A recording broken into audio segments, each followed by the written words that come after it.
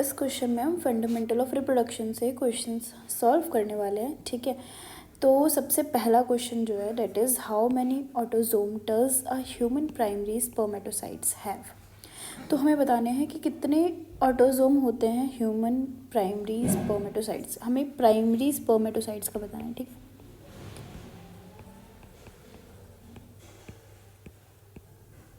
तो देखो ऑप्शन और बताओ।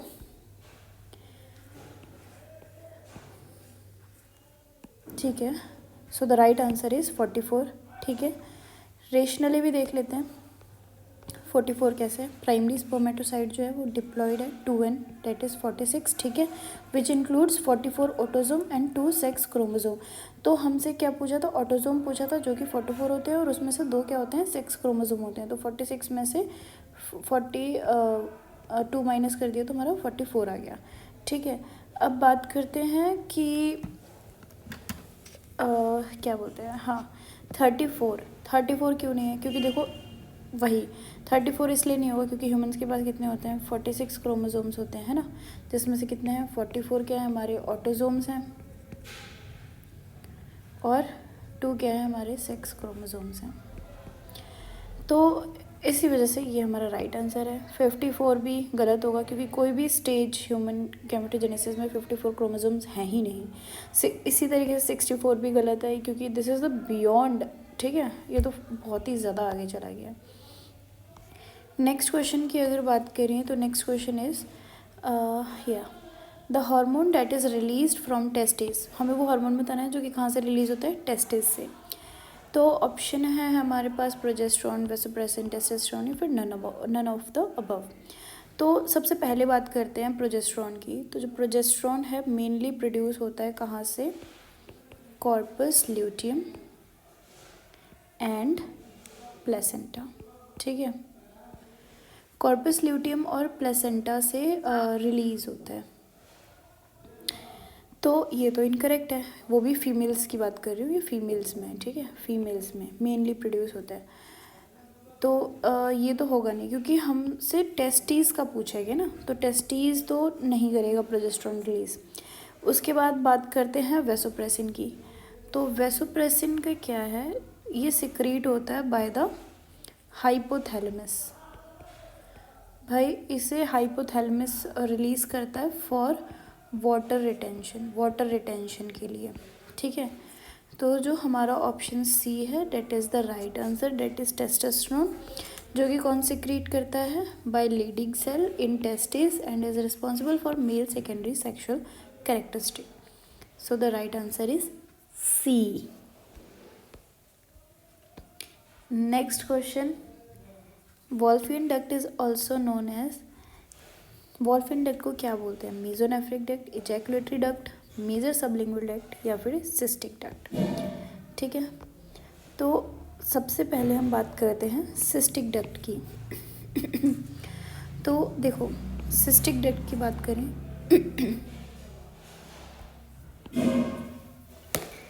सिस्टिक डक्ट की बात करते हैं तो सिस्टिक डक्ट जो है वो क्या करती है, कनेक्ट करती है गॉल ब्लैडर को किससे, कॉमन बाइल डक्ट से, ठीक है।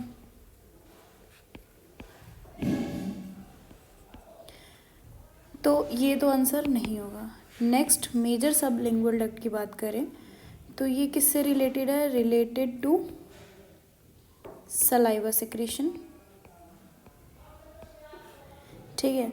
तो जब ये सलाइवा सिक्रीट कर रही है तो रिप्रोडक्शन में तो क्या ही काम करेगी, रिप्रोडक्शन में इसका कोई काम ही नहीं है। उसके बाद अब या तो मेसोनेफ्रिक डक्ट हो सकता है या फिर इजैकुलेटरी डक्ट हो सकता है। तो अगर इजैकुलेटरी डक्ट की बात करें तो इजैकुलेटरी डक्ट क्या होता है, वास डिफरेंस और समाइनल वेसिकल को फॉर्म करता है, ठीक है। इट फॉर्म्स फ्रॉम, ये कहाँ से बनती है, वास डिफरेंस और समाइनल वेसिकल से मिलके बनती है हमारी इजैकुलेटरी डक्ट। तो जो ऑप्शन ए है डेट इज़ मेसोनेफ्रिक डक्ट, ये राइट आंसर है, ठीक है। मेसोनेफ्रिक डक्ट इसका राइट आंसर होगा, जिसको हम क्या बोलते हैं, वॉल्फियन डक्ट। और जो वॉल्फियन डक्ट है वो डेवलप होती है into male reproductive structure such as epididymis, vas deferens and seminal vesicle, ठीक है, इन तीनों से वॉल्फिन डक्ट हमारी अराइज होती है। तो ये क्या है, मेसोनेफ्रिक डक्ट है। तो राइट ऑप्शन ऑप्शन ए था। उसके बाद नेक्स्ट क्वेश्चन की बात करें, acrosome is filled with, acrosome किससे भरा है, ठीक है। तो लिपिड्स, हार्मोन, डाइजेस्टिव एंजाइम या फिर कुछ भी नहीं। तो देखो लिपिड्स की बात करते हैं ना, तो लिपिड्स जो है वो एक्रोजोम में, acrosome contain enzyme not lipid. तो जो एक्रोजोम है ना वो एंजाइम कंटेन करता है, लिपिड नहीं करता है, तो ये आंसर गलत हो जाएगा। हार्मोन्स की बात करें तो acrosome is not involve in hormone production, ठीक है। एक्रोजोम क्या है, हार्मोन का प्रोडक्शन नहीं करता है, तो इसीलिए ये भी गलत ऑप्शन हो जाएगा। फिर बात करते हैं डाइजेस्टिव एंजाइम की, तो हाँ ये सही है। Digestive enzyme, acrosome digestive enzyme ज़रूर कंटेन करता है, ठीक है, जो कि acrosome contain digestive enzyme like hyaluronidase and acrosin which help the sperm penetrate the ovum, ठीक है। ये पेनिट्रेशन में हेल्प करेगा कि ओवम में आराम से स्पर्म पेनिट्रेट कर जाए। उसके बाद बात करते हैं नेक्स्ट क्वेश्चन। क्वेश्चन क्या कह रहा है कि after ovulation Graafian follicle regresses into, ovulation के बाद ग्राफिन फॉलिकल किस में रिग्रेस होता है, ठीक है, दैट इज कॉर्पस, एट्रेशिया, कॉलसम, ल्यूटियम या फिर एल्बिगन्स। तो सबसे पहले हम बात करते हैं कॉर्पस एट्रेसिया की, ठीक है। कॉर्पस एट्रेसिया में क्या होता है कि एट्रेसिया आकर क्यों होता है, due to follicles that fail to mature,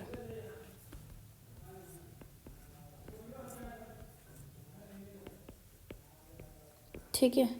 यानी कि कॉर्पस एट्रेसिया हम उसे कहते हैं, एट्रेसिया से ही पता चल रहा है कि अरेस्ट हो रहा है कुछ, है ना। फेल टू मैच्योर उसे बोलेंगे कॉर्पस एट्रेसिया। तो ये ऑप्शन गलत हो जाएगा, क्योंकि मैच्योर तो हो रहे हैं ना, मैच्योर हो रहे हैं आगे जाके।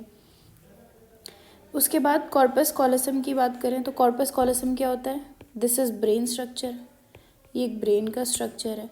हाँ, कॉर्पस से शुरू है इसका मतलब ये नहीं कि रिप्रोडक्शन में आ गया, तो ये भी गलत हो जाएगा। फिर कॉर्पस ल्यूटियम और एल्बिगन्स, तो देखो कॉर्पस एल्बिगन्स जो है वो क्या करता है, फॉर्म करता है कॉर्पस, ये ना कॉर्पस ल्यूटियम के डीजनरेट होने के बाद बनता है। यानी कि जब कॉर्पस ल्यूटियम डीजनरेट होता है तब कॉर्पस एल्बिगन्स बनता है, ठीक है। तो option C that is corpus luteum ये करेक्ट आंसर है, ठीक है। यही हमारा राइट आंसर है, कॉर्पस ल्यूटियम। यानी ओव्यूलेशन के बाद ग्राफिन फॉलिकल किस में रिग्रेस होता है, कॉर्पस ल्यूटियम में, और उसके बाद जब कॉर्पस ल्यूटियम भी डीजनरेट हो जाता है तब कॉर्पस एल्बिगन्स बनता है। सो जो कॉर्पस ठीक है, rupture follicle form the corpus luteum which secrete progesterone to support early pregnancy. तो जो कॉर्पस ल्यूटियम है वो क्या करता है, प्रोजेस्टेरोन सिक्रेट करता है, अभी बताया था ऊपर क्वेश्चंस में, है ना। प्रोजेस्टेरोन ओव्यूलेशन के बाद सिक्रेट होता है, तो वो कौन करता है, कॉर्पस ल्यूटियम करता है। और अगर प्रेगनेंसी हो जाती है तो प्रोजेस्टेरोन ही उसको आगे हेल्प करेगा फर्दर प्रेगनेंसी को स्टेबल रखने में, मेंटेन रखने में। Next question is which of the following event is correctly match with the time period in normal menstrual cycle. तो इस क्वेश्चन में हमसे बोला गया है कि बताना है कि कौन सा करेक्टली मैच है ना। इस which one of the event is correctly match with the time period in normal menstrual cycle. तो ऑप्शन है कि release of egg at the 5th day. उसके बाद नेक्स्ट है endometrium regenerate 5 to 10 days, endometrium secrete nutrition for implantation 11 to 18 days और rise in progesterone 1 to 15 days। तो इसमें सही बताना है कि क्या होगा। तो देखो इसका जो राइट आंसर है वो हम बात करेंगे, उससे पहले ऑप्शंस की बात करते हैं, बाकी ऑप्शंस की। कि देखो इसने पहले ऑप्शन ने क्या बोला कि release of egg 5th day, तो ये गलत है, ठीक है। ओव्यूलेशन कब होता है, ओव्यूलेशन अकर होता है 14th डे पे, ठीक है। तो ये तो वैसे ही गलत हो गया, 5वें दिन पे थोड़ी ओवम रिलीज हो रहा है, ओव्यूलेशन हो रहा है। तो वो कब हो रहा है ओव्यूलेशन? 14th डे पे हो रहा है ना। इंडोमेट्रियम रीजनरेट एट 5th और टू 10th डे, ये भी गलत है।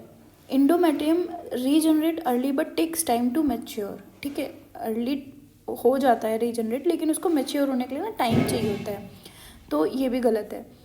उसके बाद ऑप्शन सी कहता है endometrium secrete nutrition for implantation 11 to 18 days, which is right, ये करेक्ट है, ठीक है। इंडोमेट्रियम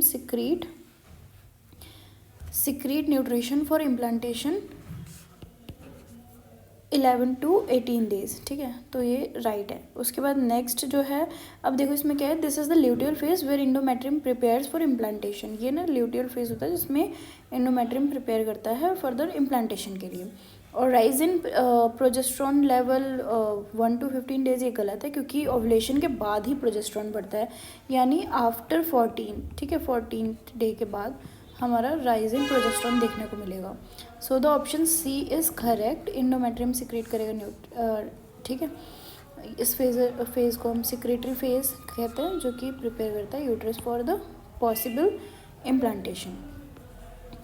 नेक्स्ट अगर हम बात करें तो if next question is if mammalian ovum fails to get fertilize which one of the following is unlikely. तो हमें बताना है इसमें कि if mammalian ovum fails to get fertilize, यानी प्रेगनेंसी नहीं हुई, ओवम फर्टिलाइज नहीं हुआ है। अगर ओवम फर्टिलाइज नहीं हुआ है तो इसमें से क्या चीज़ होगी, ठीक है।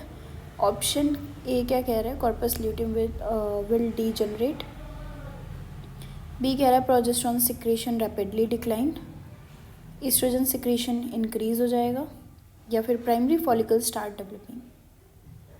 सो what is the right answer? तो जो राइट आंसर होगा, देखो कॉर्पस जो राइट आंसर है वो होगा ईस्ट्रोजन सिक्रेशन इंक्रीजेस, ठीक है। इसमें क्या होगा, सी क्यों है, देखो प्रोजेस्टेरॉन का सिक्रेशन ऐसे बहुत ही तेज़ी से नहीं डिक्लाइन होगा, तो ये तो गलत ही है। और कॉर्पस ल्यूटियम भी डिसइंटीग्रेट नहीं होता है, ठीक है, डिसइंटीग्रेट नहीं होगा। और प्राइमरी फॉलिकल स्टार्ट डेवलपिंग, ये भी नहीं होगा प्राइमरी, ठीक है।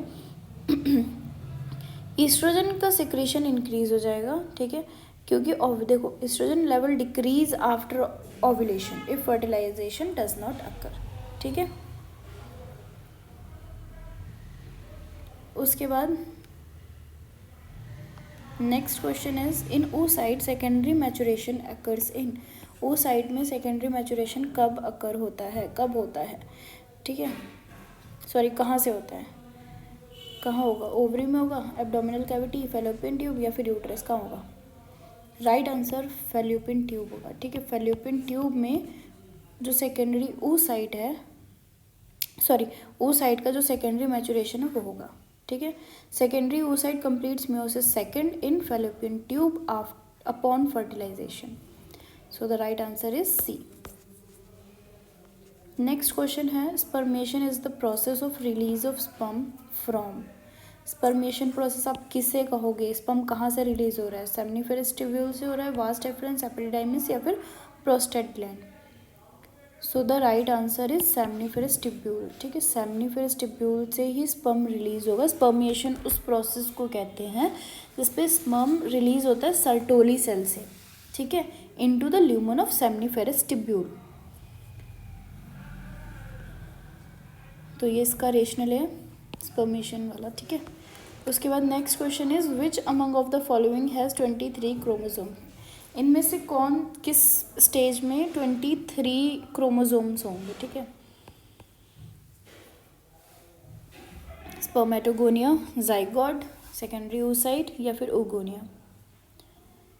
सो the right answer is secondary oocyte। Secondary oocyte में ही आपको क्या देखने को मिलेगा, 23 क्रोमोसोम्स, ठीक है। अब अगर हम बात करें इसके उसकी कि कैसे, मतलब आपको साइकिल बताते